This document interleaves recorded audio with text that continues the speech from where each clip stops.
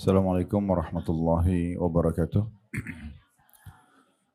Alhamdulillah, tidak pernah berhenti lisan kita memuji dan memuja Allah atas segala nikmat yang Allah berikan kepada kita, terutama nikmat Islam dan iman.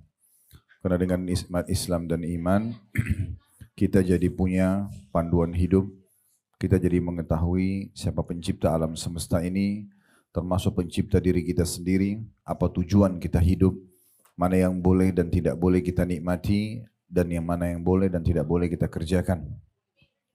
Dan dengan itu tentunya kita jadi terpandu kepada kebahagiaan hidup karena tahu semuanya, serta juga puncaknya adalah kita diberikan balasan atas semua amal saleh yang sudah kita kerjakan selama di dunia, di surga yang abadi nantinya.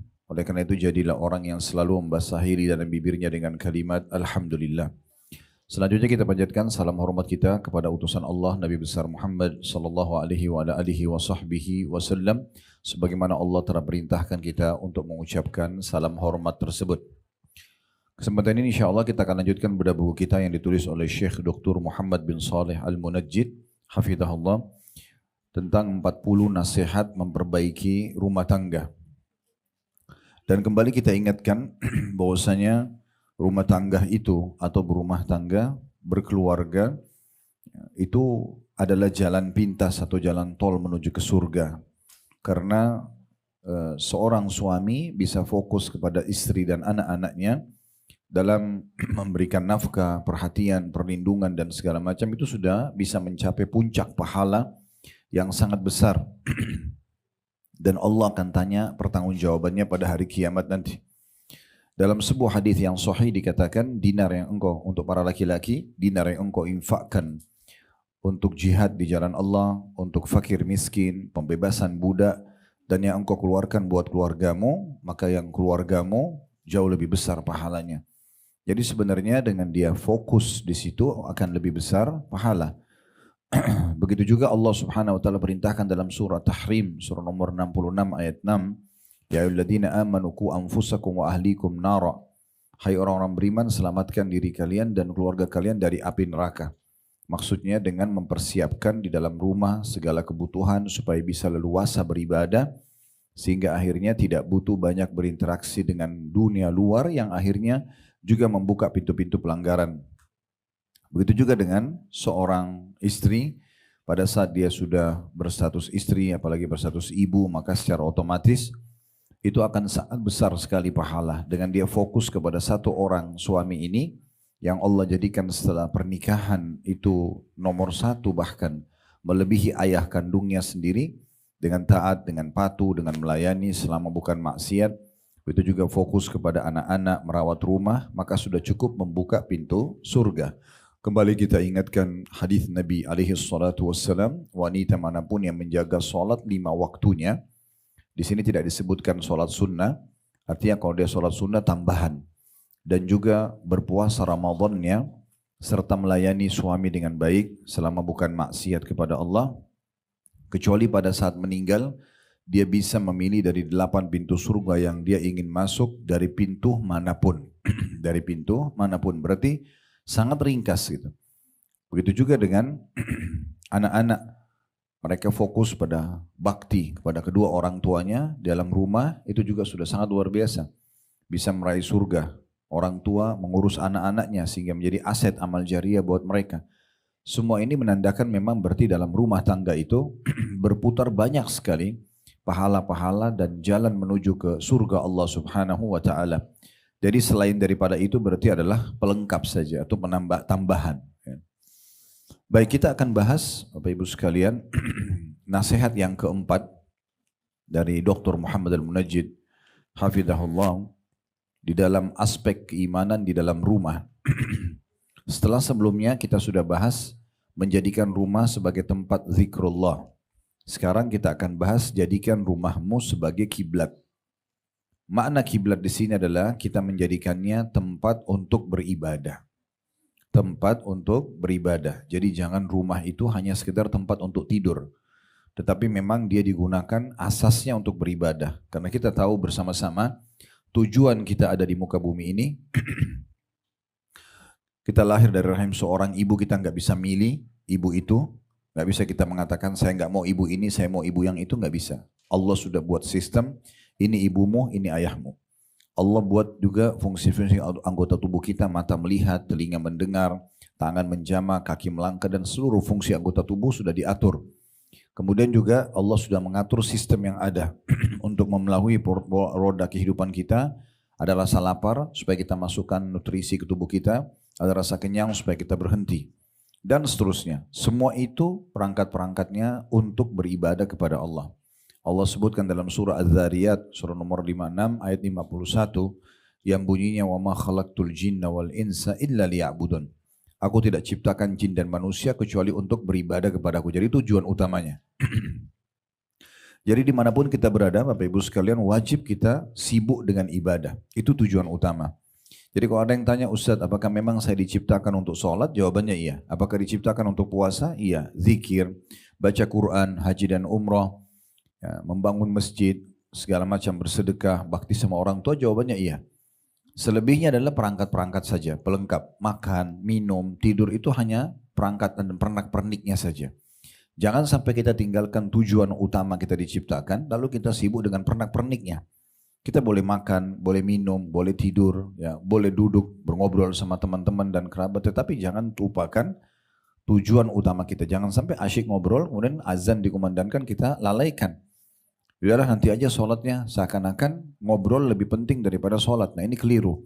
Padahal sebenarnya tujuan kita ada justru untuk sholat dulu. Habis sholat, lanjutkan lagi obrolannya, tidak masalah misalnya.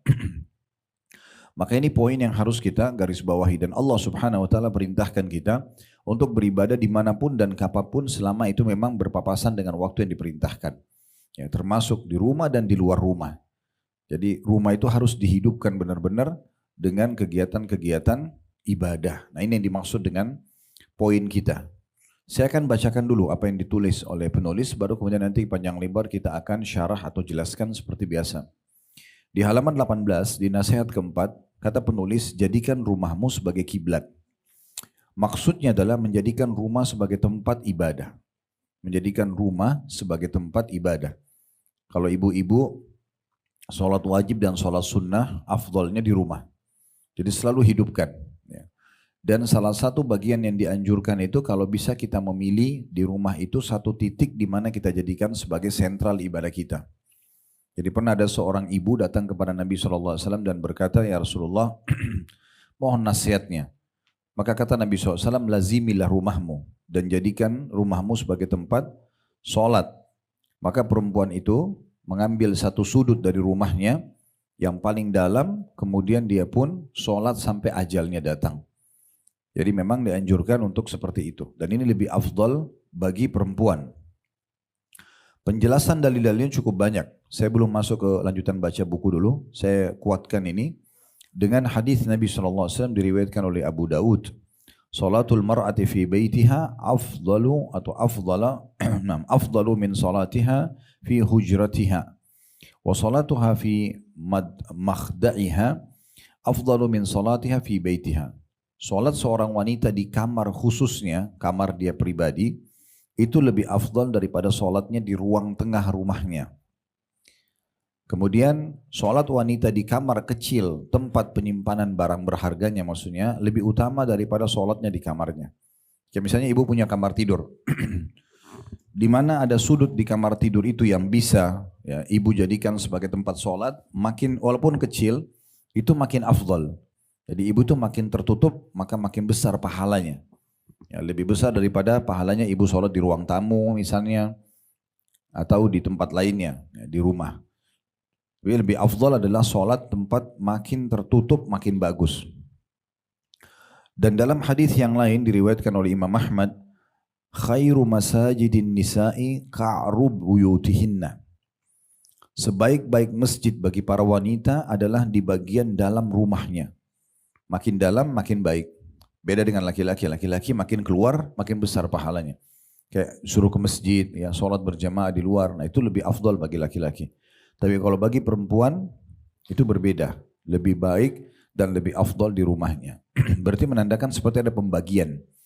Laki-laki sholat di luar, suami, anak, ya, paman, semuanya suruh sholat di luar rumah. Yang hidupkan suasana di rumah adalah ibu. Ya, ini kalau kita bicara sholat wajibnya. Kalau sholat sunnah, semuanya lebih baik dikerjakan dalam rumah. Laki-laki ataupun perempuan sama. Jadi kalau laki-laki misalnya suami ibu atau adik ibu atau anak ibu misalnya pergi ke masjid, kemudian dia mau pulang sholat ba'diyahnya di rumah, itu bagus. Ya, karena sholat sunnah itu lebih afdol dikerjakan di rumah, baik buat laki-laki ataupun perempuan. Kalau perempuan ada tambahan ekstranya, kalau sholat wajib juga tetap lebih afdol dalam rumah. Laki-laki dibagi dua, ke masjid afdol kalau sholat wajib, kalau sholat sunnah afdolnya di rumah. Kemudian dalam riwayat yang lain, dari Ummu Humaid, ini Ummu Humaid seorang wanita pernah mendatangi Rasulullah SAW. Kemudian dia mengatakan, ya Rasulullah, saya ingin sekali sholat berjamaah bersama anda. Saya ingin sekali ke masjid, sholat bersama dengan anda. Lalu kata Nabi SAW, aku telah mengetahui hal itu. Bahwasanya engkau sangat ingin sholat berjamaah bersamaku di masjid.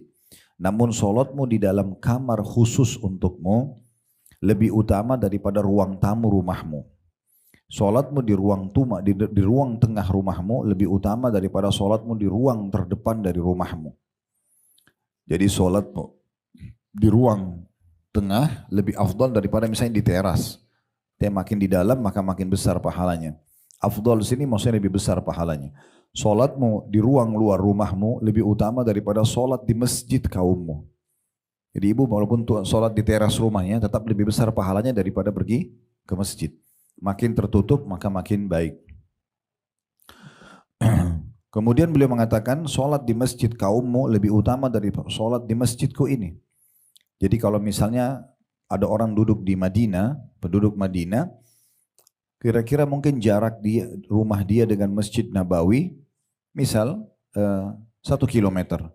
Tapi di dekat perkampungan atau wilayah dia tinggal itu ada masjid kecil. Tetap lebih afdal wanita sholat di masjid itu daripada ke Masjid Nabawi. Padahal Masjid Nabawi besar sekali pahalanya. Ya. Ummu Humaid lantas meminta dibangunkan tempat sholat di pojok rumahnya yang dia miliki. Lalu beliau melakukan sholat di situ hingga berjumpa dengan Allah atau wafat. Hadis riwayat Ahmad. Ini tadi yang saya bilang, ada wanita yang mendatangi Nabi SAW. Namun itu semua bukan berarti wanita tidak boleh ke masjid. Ibu usahakan sesekali tetap ke masjid. Terutama kalau lagi haji dan umrah. Kita bukan penduduk di sana. Ya. Karena bukan penduduk di sana, maka sebaiknya kita memaksimalkan Masjid Haram Mekah dan Masjid Nabawi Madinah, ya, karena jarang datang. Tapi kalau penduduk asli sana, maka tetap tidak masalah mereka sholat di rumah mereka. Jadi kita lihat kondisi dan keadaan. Hadis Nabi SAW riwayat Imam Muslim, la tamna'u nisa'akum masajida idza sta'dzankum ilaiha. Jangan kalian menghalangi istri kalian untuk sholat di masjid jika mereka meminta izin pada kalian. Dari hadis ini berarti dianjurkan perempuan juga pernah atau usahakan pernah ke masjid, tapi dengan syarat izin dengan walinya. Kalau sudah ada suami pada suami, kalau ada ayah sebelum menikah misalnya maka sama ayah. Ya.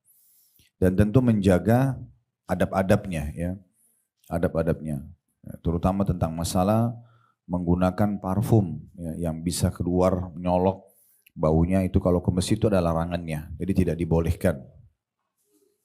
Karena Nabi SAW pernah melarang itu, dan juga beliau bersabda dalam hadisnya riwayat An-Nasa'i, ayyam imra'atin ista'tarat famarrat alaihi qaum liyajidu min rihaha fahiya zaniyah. Perempuan manapun yang mengenakan wangi-wangian lalu melalui sekumpulan laki-laki agar mereka mencium bau harum yang dia pakai, maka perempuan tersebut seperti seorang pezina. Ya. Jadi ada larangan tentang masalah hal tersebut. Namun sekali lagi tetap lebih afdal di dalam rumah. Ya.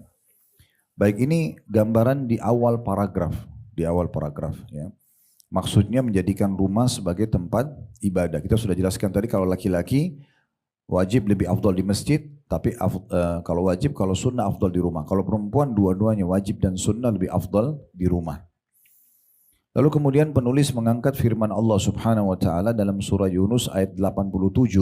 Dalil-dalil ini berhubungan dengan masalah sikap Nabi Musa alaihissalam. Nabi Musa alaihissalam pernah diperintahkan oleh Allah Subhanahu wa taala, wa auhayna ila Musa wa akhihi an tabawwa liqaumikuma bi Misra buyutan waj'alu buyutakum qiblatan wa aqimus shalah wa basyiril mu'minin. Dan kami wahyukan kepada Musa dan saudaranya, maksudnya Nabi Harun, ambillah olehmu berdua beberapa buah rumah di Mesir untuk tempat tinggal bagi kaummu, dan jadikanlah olehmu rumah-rumahmu sebagai kiblat, dan dirikanlah solat serta sampaikan kabar gembira bagi orang-orang yang beriman. Jadi waktu di masa Fir'aun menyiksa orang-orang beriman dari pengikut Nabi Musa alaihissalam, dan mereka waktu itu tidak bisa ibadah di luar rumah, maka Allah memerintahkan agar menjadikan beberapa rumah yang pemiliknya mau izinkan agar dijadikan sebagai tempat-tempat ibadah. Begitu juga orang-orang yang punya rumah, dan kalau dia keluar kemudian jadi masalah buat dia, misalnya laki-laki lebih afdal, dan bahkan Imam Ahmad mewajibkan ke masjid, lalu kemudian dia kalau keluar fitnah, lagi terjadi perang, lagi terjadi badai, maka dia bisa menjadikan rumahnya sebagai tempat ibadah. Ibnu Abbas menanggapi surah Yunus ayat 87 ini, maksud disuruh menjadikan rumah-rumah mereka sebagai kiblat, yaitu mereka diperintahkan menjadikan rumah-rumah itu sebagai masjid atau tempat beribadah. Juga ada hadis lain, Bapak Ibu sekalian, kalau Bapak Ibu sholat di sebuah tempat, maka itu akan jadi saksi hari kiamat. Kalau kita sholat ya, jadi nanti kalau misalnya ibu di rumah, kalau mau ikuti tadi hadis Ummu Humaid radhiyallahu anha, beliau minta dibuatkan di rumahnya paling pojok tempat untuk khusus sholat misalnya, maka tidak ada salahnya sesekali pindah sholat, misalnya ke ruang tamu, ke kamar tidur anak misalnya. Kalau rumah 2 lantai, ada juga ruang keluarga di lantai 2, usahakan pernah sholat sekali saja di tempat-tempat ini. Karena semua yang Bapak Ibu sholat di situ, dimanapun tempatnya di muka bumi, akan menjadi saksi pada hari kiamat. Saya ingat dulu ada satu dosen kami, Dr. Tariq. Saya sudah tidak tahu kondisi beliau masih hidup atau tidak sekarang, tapi waktu kami masih mahasiswa di Madinah, antara 97-98 waktu itu sebelum selesai, beliau sempat datang ke Indonesia, dan ada satu perilaku unik gitu. Setiap kali beliau mampir di sebuah tempat, di rumah orang kah, di rumah makan kah, pasti beliau pamit, bisa nggak saya sholat? Bisa nggak saya sholat itu? Ya. Dia pernah mampir ke rumah kakek kami di kota Makassar waktu itu. Terus begitu duduk, awal sekali duduk, setelah salaman sama saya dan ayah juga, kemudian dia bilang, bisa nggak saya izin saya sholat dulu? Kami tuh pandukan sebuah tempat lalu dia sholat. Saya sempat tanya, kenapa anda mau sholat begini? Apakah ini ada sholat duha atau apa? Dia bilang bukan. Cuma saya ingin menjalankan sunnah Nabi SAW, setiap sholat di sebuah tempat, tempat itu bisa menjadi saksi pada hari kiamat. Ya, apalagi mungkin kita kalau datang ke satu lokasi, misalnya Bapak Ibu safar ke salah satu kota di Indonesia atau ke salah satu negeri yang memang kitanya sendiri mungkin belum tentu kita bisa kembali lagi ke sana. Maka kenapa kita tidak jadikan ini sebagai saksi buat kita hari kiamat? Jadi tanah itu, dinding itu, ya, lantai yang kita pakai sholat itu akan menjadi saksi pada hari kiamat. Ya, jadi kita bisa meraih pahala ekstra di situ ya. Jadi usahakan kita bisa sholat di tempat-tempat ini. Ibnu Katsir berkata, ini Ibnu Katsir, Bapak Ibu sekalian yang pegang bukunya di halaman 19, nama seorang mufassir ya. Nama seorang ahli tafsir, beliau menafsirkan surah Yunus ayat 87. Hal ini seakan-akan wallahu alam kata beliau ketika siksaan dan tekanan Fir'aun beserta kaumnya semakin menjadi-jadi atas mereka. Maka mereka disuruh untuk memperbanyak solat sebagaimana Allah menyebutkan dalam Al-Baqarah 153, ya ayyuhalladzina amanu ista'inu bis sabri was shalah. Hai orang beriman, tolonglah semua apapun kebutuhan kalian dengan solat, dengan sabar dan solat. Jadi kalau Bapak Ibu ada masalah apapun, ya, masalah itu belum terpecahkan, penyakit belum sembuh, utang belum terbayar, ada permasalahan apapun yang kita hadapi, sebesar dari hal yang kecil sampai yang sebesar apapun masalahnya, atau kita ingin memperbaiki diri kita, karakter, ya, kepribadian, maka rezeki, semua itu dimulai dari sholat. Mulai saja dengan sholat, maka semua akan baik dengan sendirinya. Dan diperhatikan 3 hal dalam sholat sehingga bisa maksimal dalam pahala, yaitu tepat waktu. Ya, kalau sudah azan, sholat. Karena Nabi SAW waktu ditanya dalam hadis Bukhari Muslim, amal apa yang paling afdal? Beliau mengatakan sholat pada waktunya. Ya, jadi beda pahalanya, ibu kalau misalnya masuk dalam satu sholat jemaah, begitu imam takbir, ibu juga sudah Allah Akbar takbir, pahalanya beda dengan orang yang datang pas imam sudah waladhdallin amin. Karena kita sempat dapat dari mulai takbiratul ihram, iftitah, awal-awal al-fatihah, baru kemudian ada orang datang, dia bilang, atau al-takbir pas imam sudah waladhdallin. Berarti beda pahala. Beda pahala antara orang yang dapat utuh 4 rakaat dengan orang yang hanya dapat 1 rakaat misalnya. Nah ini beda semua. Beda juga pahalanya orang yang sudah lewat waktu duhur. Kayak tadi misalnya 1 jam kemudian baru dia sholat. Itu beda pahalanya. Atau menjelang asar. Maka makin awal waktu makin baik. Jadi dimulai perbaikan segala sesuatu dari sholat dimulai, dan pertama poinnya adalah tepat waktunya. Kemudian yang kedua tepat gerakannya. Wajib hukumnya tumaknina. Wajib hukumnya tumaknina. Tenang sekali. Kalau sholat itu. Berikan semua haknya. Imam Bukhari mengkhususkan bab Bapak Ibu sekalian. Itu dengan judul bab musi'us shalah. Bab orang yang buruk sholatnya. Kenapa ini terjadi? Karena ada satu orang masuk di masjid Nabi SAW. Begitu dia masuk. Dia ingin duduk dengan Nabi. Tapi dia sholat dulu. Cuma sholatnya buru-buru sekali. Allah Akbar, Allah Akbar, Allah Akbar. Buru-buru sampai selesai. Dan lalu dia datang ke depan Nabi. Nabi SAW mengatakan, kembalilah karena kau belum sholat. Orang itu ulangi lagi sholatnya. Ternyata sama saja gerakannya. Buru-buru sekali. Kemudian setelah salam, dia datang kepada Nabi. Nabi lagi ulangi 2 kali. Pulanglah, kembalilah, kerjakan sholat karena kau belum sholat. Sampai 3 kali. Akhirnya setelah 3 kali Nabi masih bilang, dia mengatakan, ya Rasulullah, saya tidak tahu cara yang lain. Maka Nabi SAW mengatakan, kalau kau ingin sholat, tenangkan seluruh anggota tubuhmu. Menghadap kiblat dengan tenang. Kemudian bertakbirlah. Setelah takbir, kembalikan sendi-sendi semua pada tempatnya. Maksudnya, senang dulu semua, tangannya sudah bersedekap di dada, baru kemudian baca iftitah dengan tenang, baca al-fatihah dengan tenang, baca surah dengan tenang, kemudian baru ruku. Ruku pun setelah tenang, Allahu Akbar, hitungan 1 detik misalnya atau 2 detik, baru kita mulai baca Subhana Rabbiyal Azim. Tenang dulu 1 detik, baru lagi Subhana Rabbiyal Azim. Jadi semua maksimal didapatkan pahalanya. Kemudian setelah itu tentu lebih bagus lagi kalau misalnya ibu dan bapak lagi banyak waktu lowong ya. Saya sering sebut ibu-ibu karena mayoritas kita yang hadir ibu-ibu. Kalau ibu bisa hafal 6-7 jenis doa ruku lebih baik lagi. Sehingga divariasikan atau lebih lama rukunya.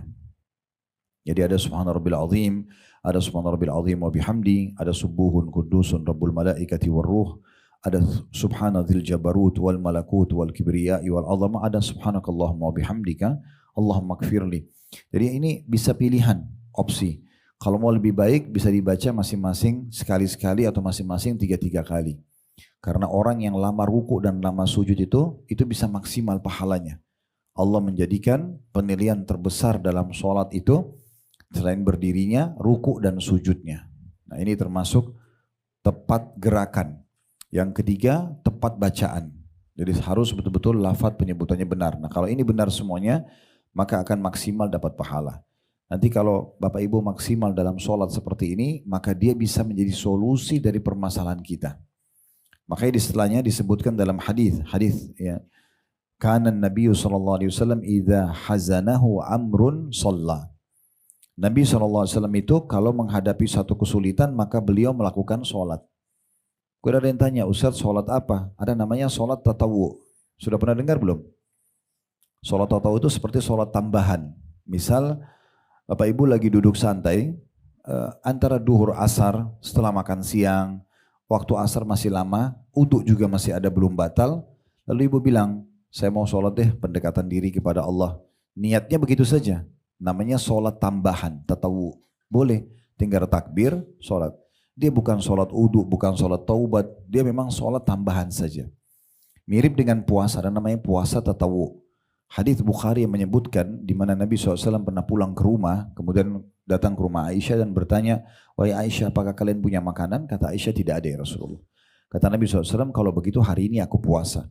Nah perkataan Nabi hari ini aku puasa, bukan hari Senin Kamis, karena Senin Kamis itu sudah rutin Nabi SAW puasa.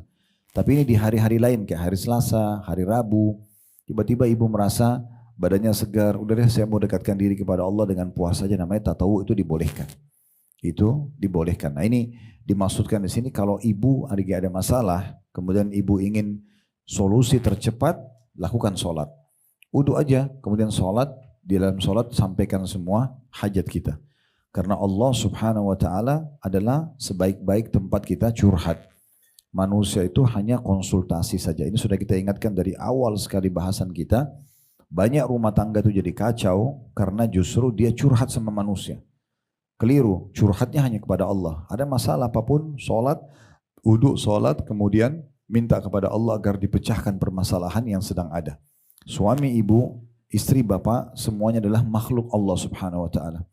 Allah kalau ingin menguji seorang hamba, level keimanannya, atau ada dosa yang dilakukan supaya menyadarkan dia, itu biasanya dibuat masalah. Allah buat dari pasangannya ada masalah. Ya. Jadi tiba-tiba berubah sikap, tiba-tiba ada masalah. Karena kita nggak merasa ada masalah, tapi dilahirkan masalah tersebut tanda kutip oleh Allah Subhanahu Wa Taala. Makanya sebagian salaf mengatakan, saya tahu saya punya dosa kalau saya melihat perubahan sikap dari pasangan hidup saya, tunggangan saya, ataupun tikus yang ada dalam rumah saya. Maka sudah cukup mereka jadikan sebagai bahan introspeksi dalam diri mereka. Sebagian mereka bahkan kalau lewat kakinya kesentuh batu misalnya, langsung dia beristighfar kepada Allah. Karena menganggap semua itu tidak datang kecuali karena adanya kesalahan yang dilakukan. Begitu juga dengan sebagian mereka kalau lewat tercium bau sampah misalnya. Kan bisa saja dia tidak mencium bau busuk itu, tapi tiba-tiba saja dia mencium, berarti ada peringatan dari Allah subhanahu wa ta'ala. Nabi Daud alaihissalam pernah lagi duduk di singgasananya. Tiba-tiba Allah datangkan dan lemparkan bangkai hewan di depan beliau. Beliau tidak langsung marah misalnya atau menyuruh para stafnya atau pengawal di kerajaan untuk mengangkat bangkai ini lalu cari tahu siapa yang melempar. Beliau tahu ini terjadi tiba-tiba. Maka Nabi Daud langsung sujud kepada Allah, tidak mengangkat kepalanya dengan terus beristighfar sampai Allah datangkan Jibril dan Jibril mengatakan, "Hai Daud, sungguhnya Tuhanmu Allah hanya mengujimu saja." Jadi bukan karena dosamu itu.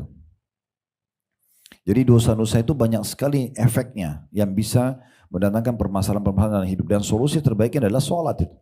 Nah, sholat pembersihan dosa sekaligus kita kayak sedang curhat sama Tuhan kita. Ya. Menyampaikan masalah-masalah kita kepada Allah subhanahu wa ta'ala. Kalau manusia cuma konsultasi saja. Ibu lagi sakit, ibu konsultasi sama dokter. Itu pun cuma menyampaikan, saya sakit kepala sudah 2 hari, efeknya seperti ini obat yang sudah saya minum, apa syaratnya, nanti akan diberikan sarannya. Tapi kalau cerita panjang lebar di meja dokter menuangkan semua permasalahannya, ini keliru, karena manusia itu tidak akan menemukan solusi yang terbaik. Allah subhanahu wa ta'ala yang akan memberikan yang terbaik. Itu yang diajarkan oleh Nabi SAW kepada kita. Jadi cukup konsultasi pada ahlinya maka sudah selesai. Kalau masalah-masalah ini kita selalu kembalikan kepada Allah SWT. Manusia di depan mata kita yang sedang ada masalah sama kita, yang ciptakan kita Allah, yang ciptakan dia Allah. Yang juga memunculkan ciptakan masalah ini adalah Allah. Allah yang bisa memberikan jalan keluar kepada seseorang. Dan di sini kita ambil pelajaran juga Bapak Ibu sekalian dari hadis Nabi SAW kalau hadapi kesulitan maka beliau sholat. Ini menandakan berarti tidak ada solusi lain kecuali kembali kepada Allah Subhanahu Wa Taala. Kita kalau lagi sehat, yang ciptakan kita Allah, yang ciptakan kesehatan itu Allah, yang bisa pertahankan hanya Allah. Dan kalau kita sakit, maka yang ciptakan kita Allah, yang ciptakan penyakit itu Allah, yang bisa memberikan jalan keluar hanya Allah. Saya sudah pernah menyampaikan sebuah kisah, saya ingatkan kembali karena jarak taklim kita sebulan sekali. Pernah ada seorang salafus soleh dulu, orang soleh, beliau pendapatannya hanya dari pekerjaan harian. Dia keluar pagi bekerja, nanti malam dia pulang bawa makanan untuk keluarganya, istri dan anaknya. Satu malam beliau pulang sudah waktu Isya, dan waktu itu tradisi orang kalau sudah menjelang maghrib sudah tutup semua pasar. Nah, kita sekarang karena penerangan ada, maka bisa sampai malam, sampai jam 12 malam dan seterusnya. Kalau dulu tidak ada seperti itu. Dia pulang ke rumah, hari itu tidak dapat pekerjaan. Istrinya dan anaknya kebetulan lapar, lalu bertanya kepada beliau, kira-kira ada makanan hari ini buat kami? Kata dia tidak ada. Hari ini betul-betul saya tidak dapat apa-apa. Kemudian setelah itu istrinya bilang, kalau gitu apa yang harus kita lakukan? Anak-anak sudah kelaparan. Mungkin kalau saya masih bisa tahan. Dia bilang saya istirahat sebentar nanti saya akan keluar. Dia keluar kalau kita di awal-awal malam, jam 10, jam 11 malam, sudah tidak ada orang pada saat itu. Dia pun akhirnya menuju ke masjid di dekat rumahnya. Karena dia tidak tahu harus kemana. Mau minta ke rumah orang-orang sudah pada tidur. Juga dia mau bekerja, sudah tidak ada yang butuh tenaga di waktu seperti itu, di saat itu ya. Maka dia pun masuk masjid, dia nyalakan satu obor, kemudian dia wudhu, dia sholat 2 rakaat, lalu dia berkeluh kesah sama Allah. Ya Allah, engkau tahu aku hanya punya pekerjaan harian, dan hari ini aku dan keluarga aku belum makan, mudahkanlah. Terus saja dia berdoa, berharap nanti kalau sudah ada solusi baru dia berhenti berdoa. Di malam itu disebutkan dalam kisah ini agak unik ya, karena raja yang ada di lokasi itu tiba-tiba saja gelisah, nggak bisa tidur. Dan dia mimpi melihat kematian, melihat neraka, jadi dia ketakutan. Maka dia bangun dan mengatakan, ya Allah izinkanlah hambamu ini, si raja ini yang bilangnya, izinkanlah hambamu untuk taubat sebelum meninggal. Dan mudahkanlah aku membersihkan kalau aku punya kesalahan-kesalahan. Tiba-tiba si raja ini tersentuh hatinya untuk mengambil beberapa kantong, isinya dinar-dinar emas, tabungan dia. Dia ambil beberapa kantong, kemudian dia naik di atas kuda, dia juga tidak minta pengawalnya menemani. Dia bilang, ya Allah pandulah aku ke orang yang paling tepat untuk aku beri bantuan ini. Maka dia pun keluar dan kudanya berhenti di masjid yang ada tadi orang miskin itu. Kemudian dia masuk, dia dengar ada orang lagi berdoa, dia dengarkan doanya, ternyata orang ini belum makan seharian. Lalu dia, setelah orang itu berdoa, dia mengatakan, saya sudah mendengar doamu, kenalkan saya ini adalah raja yang berkuasa di wilayah ini. Masa itu tidak ada HP, bisa difoto, jadi orang tidak tahu muka rajanya. Maka saya sudah dengar doa kamu dan saya niat malam ini ingin bersedekah. Saya minta agar Allah pandu saya kepada orang yang paling tepat. Kuda saya berhenti di depan masjid dan saya melihat Anda adalah orang yang paling cocok. Ambillah ini sedekah dari saya, penuhi kebutuhan Anda. Dan juga kalau ada keperluan lagi ke depannya, tinggal datang ke istana saya akan penuhi. Maka orang miskin ini mengucapkan satu statement yang menarik di akhir kisah. Dia mengatakan, kalau saya punya hajat lagi, maka saya tidak akan datang kepada Anda. Tapi saya akan datang kepada Tuhan Anda dan Tuhan saya Allah yang telah mengutus Anda malam ini untuk membawakan rezeki saya. Jadi memang kembali kepada Allah ini betul-betul harus ditanamkan dalam diri kita. Karena yang bisa membuat kita selalu bersyukur kalau nikmat ada hanya karena kekuatan tauhid kita. Kita yakin kita ini diciptakan Allah, ini hanya titipan sementara dan supaya bisa bertahan kita bersyukur. Dan cara syukur selain mengatakan Alhamdulillah berbagi dengan orang lain. Dan kalau ada musibah, ada ujian, maka yang ciptakan kita Allah, yang ciptakan masalah itu Allah, dan yang hanya bisa memberikan jalan keluar hanya Allah. Kalau Bapak Ibu berkeluh kesah dengan manusia, anggap di depan kita itu adalah orang yang mencintai kita. Misalnya kedua orang tua kita lah. Pasti mereka sangat mencintai anaknya tulus dari hatinya. Kalau kita bercerita tentang permasalahan kita hanya menambah beban buat mereka. Ya, kita hanya tambah beban. Bahkan kadang-kadang ada anak-anak yang durhaka, mereka punya masalah dalam rumah tangganya misalnya. Keluh kesah sama orang tuanya pusing memikirkan tentang masalah tersebut, tapi setelah dia baikan, dia nggak jelaskan ke orang tuanya kalau mereka sudah baikan. Sementara orang tuanya dalam kondisi mungkin tidak bisa tidur, memikirkan permasalahan ini. Kami pernah hadapi masalah banyak sekali di masyarakat kita, ada orang begitu. Orang tuanya sampai berkeluh kesah pada kami, anak-anaknya yang sudah berumah tangga, kalau ada masalah mereka selalu datang menceritakan pada ayahnya, pada ibunya. Akhirnya ayah ibunya ini kepikiran tentang permasalahan anak-anaknya. Tapi begitu mereka baikan, nggak ada datang sampaikan. Tiba-tiba saja bulan depan datang sudah gandengan tangan sudah baikan. Orang tuanya selama sebulan dalam kondisi memikirkan masalah itu. Ini contohnya bisa masuk dalam bab durhaka lagi. Jadi kalau kita mau menyampaikan konsultasi pada ahlinya, sakit dokter, permasalahan hukum agama dengan ustadz atau ustadzah itu tepat, tapi hanya hukum saja. Suami saya ucapin kalimat tolak, jatuh enggak dalam kondisi dia marah misalnya. Atau saya kemarin haid, kemudian biasanya 7 hari sekarang sudah lebih. Bagaimana hukumnya? Apakah dihitung haid atau istihadah? Saya harus mandi dan sholat atau tidak? Nah itu konsultasi namanya. Ya. Seperti itu gambarannya. Jadi manusia ini hanya sekedar konsultasi, tapi curhat itu hanya kepada Allah SWT. Itu yang dimaksud dengan Nabi SAW kalau ada masalah, itu mintanya kepada Allah SWT. Dan ada ribuan kisah orang-orang soleh sebelum kita seperti ini. Mereka berkeluh kesah sama Allah, maka Allah mudahkan semua urusannya.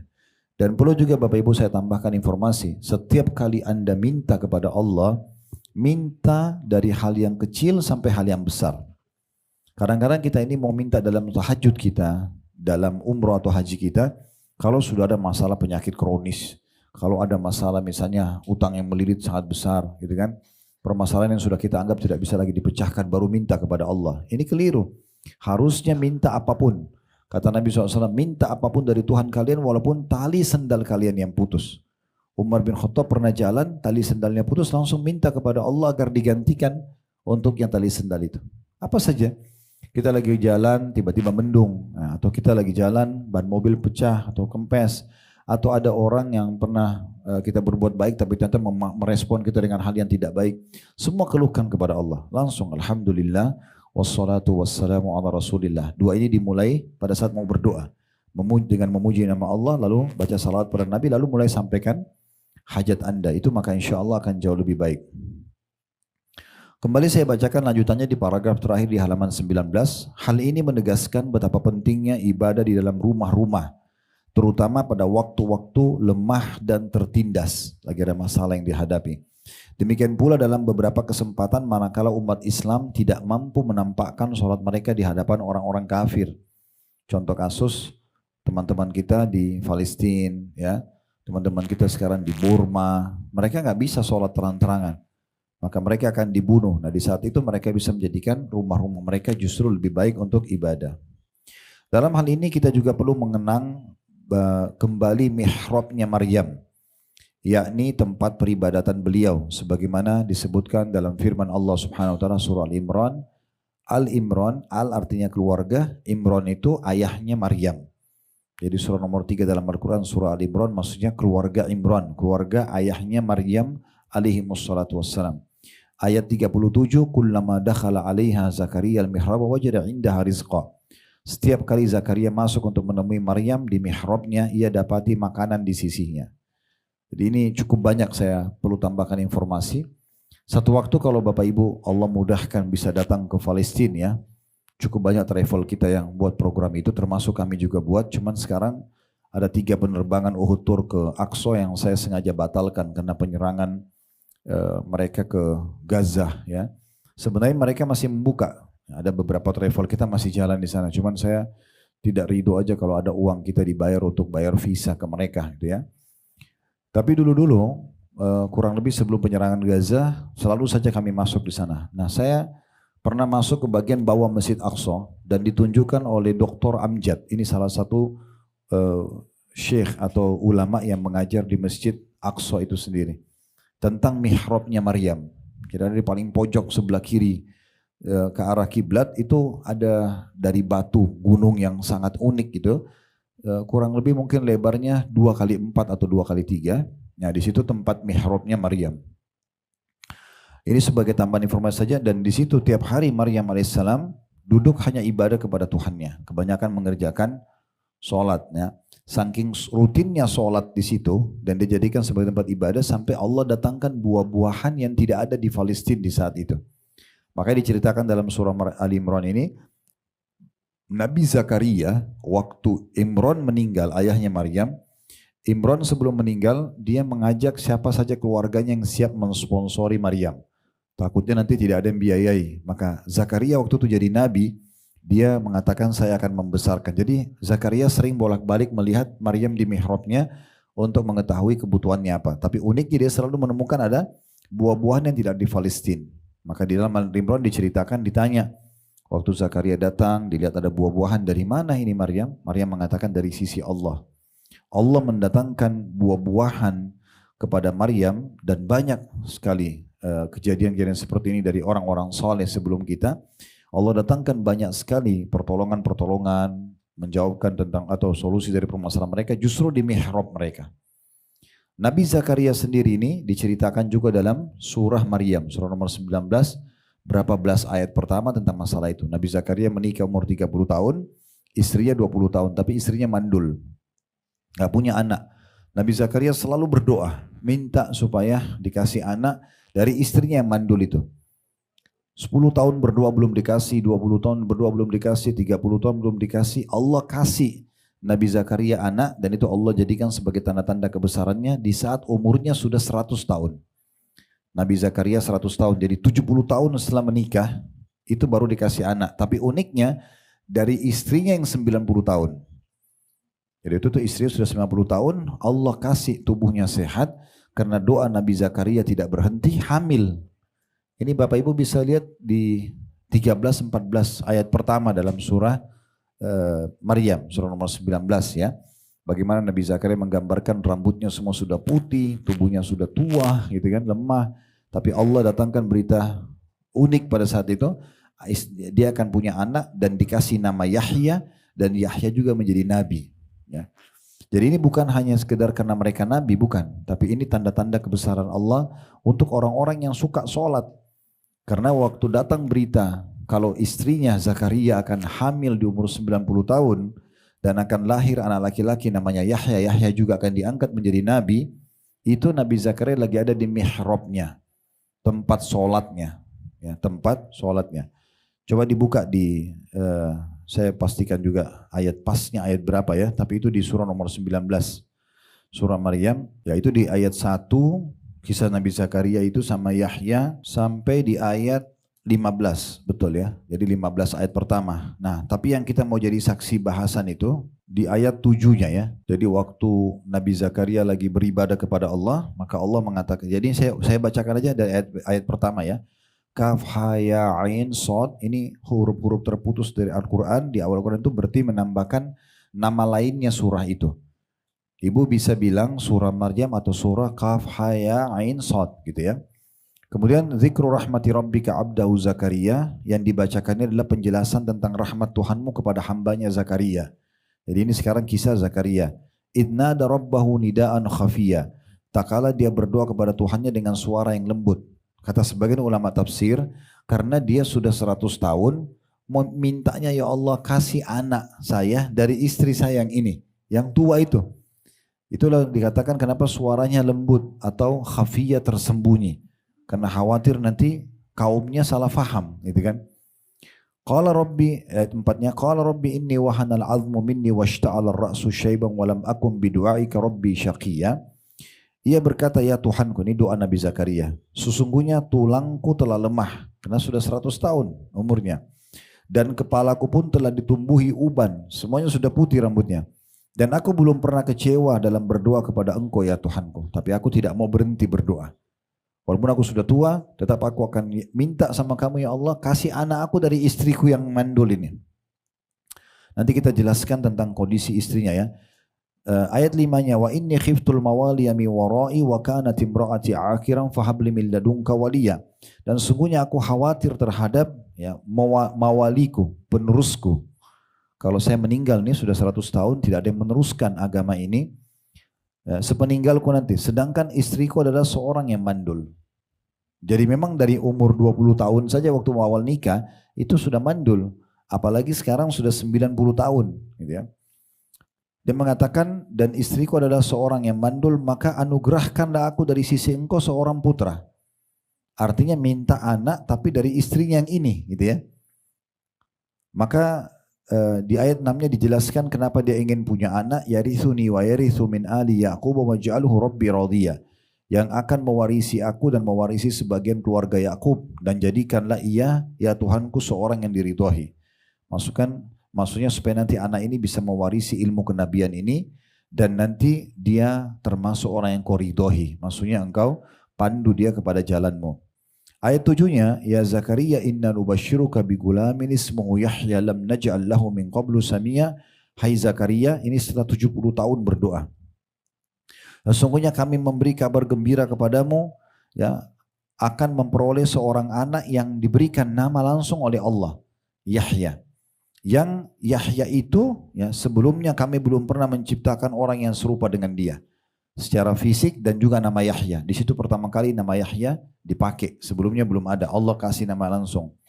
Ayat 8-nya, qala rabbi anna yakunu li gulamun wa kanat imraati aqiran wa qad balagtu minal kibari itiya. Nah, walaupun dia sudah berdoa, dia yakin Allah akan kasih anak, tapi begitu Allah kasih berita gembira, kaget juga Nabi Zakaria. Beliau bilang, ya Tuhanku, bagaimana akan ada anak bagiku padahal istriku adalah seorang yang mandul. Berarti menandakan dia memang minta sama Allah agar istrinya ini yang hamil. Bukan dia minta dari wanita lain gitu ya. Dia bilang setelah dia berdoa dan Jibril mengatakan kau akan dapat anak laki-laki namanya Yahya.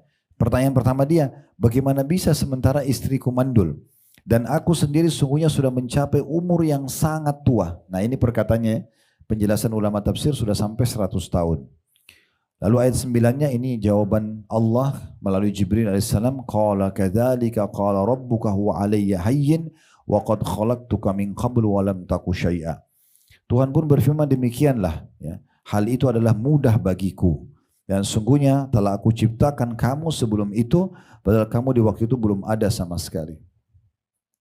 Lalu selanjutnya ayat 10-nya, qala rabbi ja'al li ayah. Kalau begitu ya Tuhanku berikanlah aku tanda-tanda. Maksudnya di saat istriku hamil, tidak harus aku tunggu perutnya besar. Awal engkau membuatnya hamil, berikan aku tanda-tanda. Jadi aku tahu memang istriku sudah hamil di saat itu. Qala ayatuka alla tukalliman nasa thalatha layalin sawiyya. Tanda-tanda kalau istrimu sudah hamil adalah di saat itu kamu tidak bisa bercakap-cakap dengan manusia selama 3 malam padahal kamu sehat. Maksudnya suara Nabi Zakaria tiba-tiba hilang. Kalau dia mau ngomong apa saja sama orang 3 hari suaranya hilang. Kalau dia berzikir keluar suaranya. Ya, kalau dia cuma sebut nama Allah, berzikir keluar. Kalau enggak suaranya hilang selama 3 hari.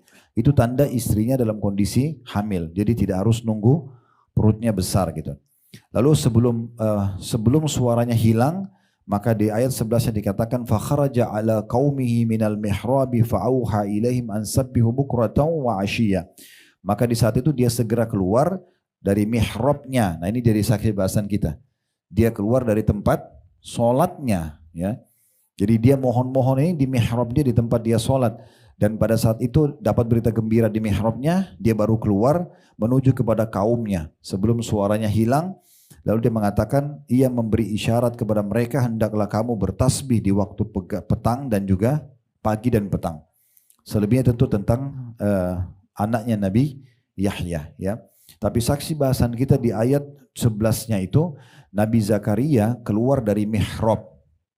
Berarti dari tempat sholatnya. Nah itu yang dimaksud di sini, ya. Ini semua tadi tambahan informasi dari potongan surah Al-Imran ayat 37. Ayat 37, ya. Baik, selanjutnya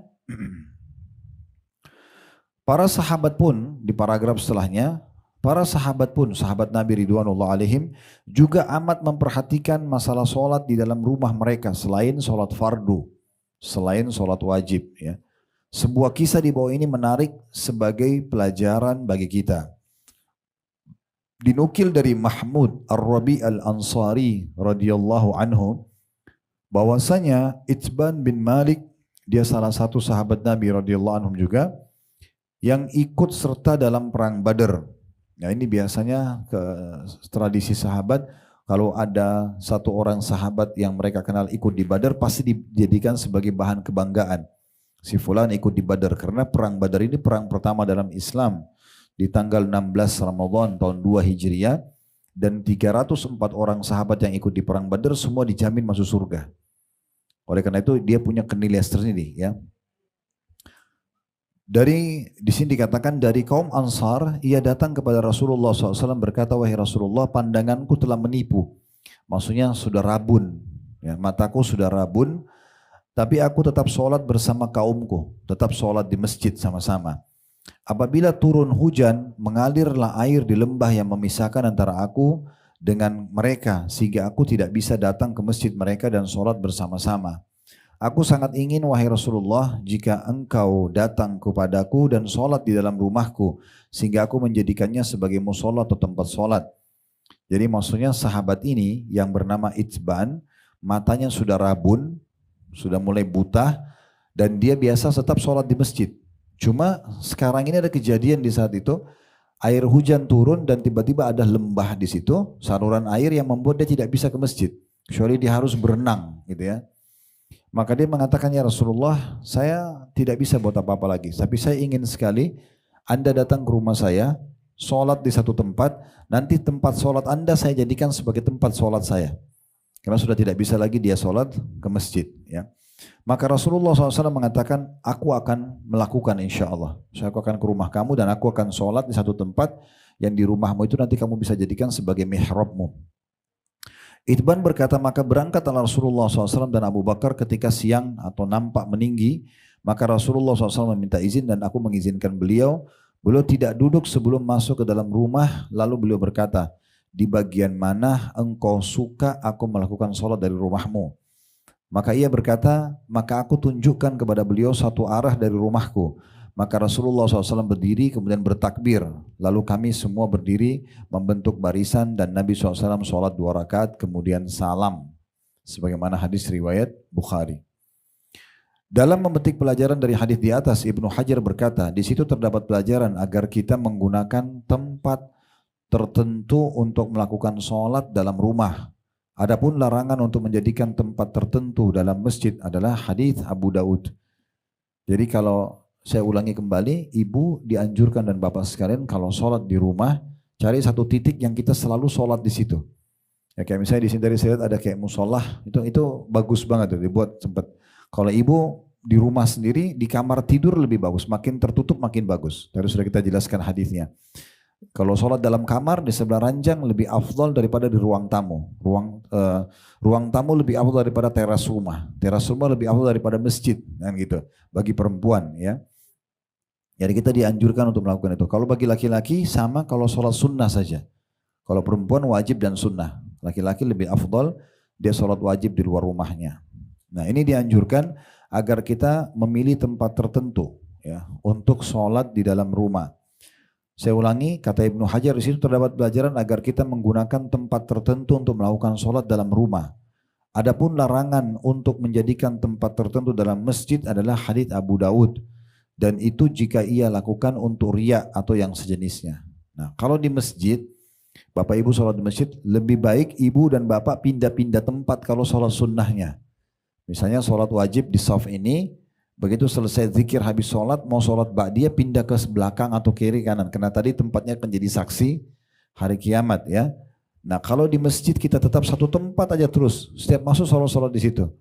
Di sini agak sensitif. Kalau dia ikhlas karena Allah nggak apa-apa. Tapi kalau karena riya, supaya orang mengenang, oh bapak ini kalau sholat selalu di saf awal sebelah kanan, misalnya. Dan itu untuk orang puji dia, maka itu hukumnya tidak boleh. Ya, itu hukumnya tidak boleh. Itu yang dimaksudkan di sini. Dan larangan untuk menjadikan tempat tertentu dalam masjid adalah hadits Abu Daud dan jika ia lakukan untuk riya atau yang sejenisnya. Menjadikan tempat tertentu dalam rumah untuk sholat bukan berarti menjadikan tempat tersebut sebagai wakaf. Ya, tidak berlaku padanya hukum wakaf. Meski secara umum dikategorikan dengan nama masjid. Jadi kalau misalnya bapak ibu meninggal, biasanya di satu ruang itu kita selalu pakai sholat. Bukan berarti tiba-tiba spontan jadi tempat wakaf dia. Kecuali bapak ibu misal contoh, Allah takdirkan punya rumah, Masya Allah lebarnya misalnya 2000 meter. Lalu bapak ibu pikir daripada tanah sebesar ini rumah saya tidak pakai semuanya, mendingan 10 kali 10 meter di depan misalnya rumah ini di sebelah kiri 10 kali 10 meter dibuatin tembok lalu diniatkan wakaf untuk masjid. Jadi orang bisa lalang sholat dibuatkan pintu khusus dari depan, tidak dicampur dengan rumah. Tapi bapak ibu punya pintu khusus bisa masuk ke musola itu. Maka itu boleh saja itu jadi wakaf. Yang di sini yang dimaksud oleh penulis, dia tidak bisa berubah jadi wakaf adalah kalau bapak ibu sudah pilih satu titik di tempat di kamarnya misalnya ukuran sejadah kita 1 kali 2 meter, selalu sholat di situ. Kalau di rumah lebih baik memang di satu titik aja. Ya, dia sholat di situ terus. Bukan berarti kalau dia meninggal tiba-tiba itu harus dipotong tanah itu jadi wakaf, enggak.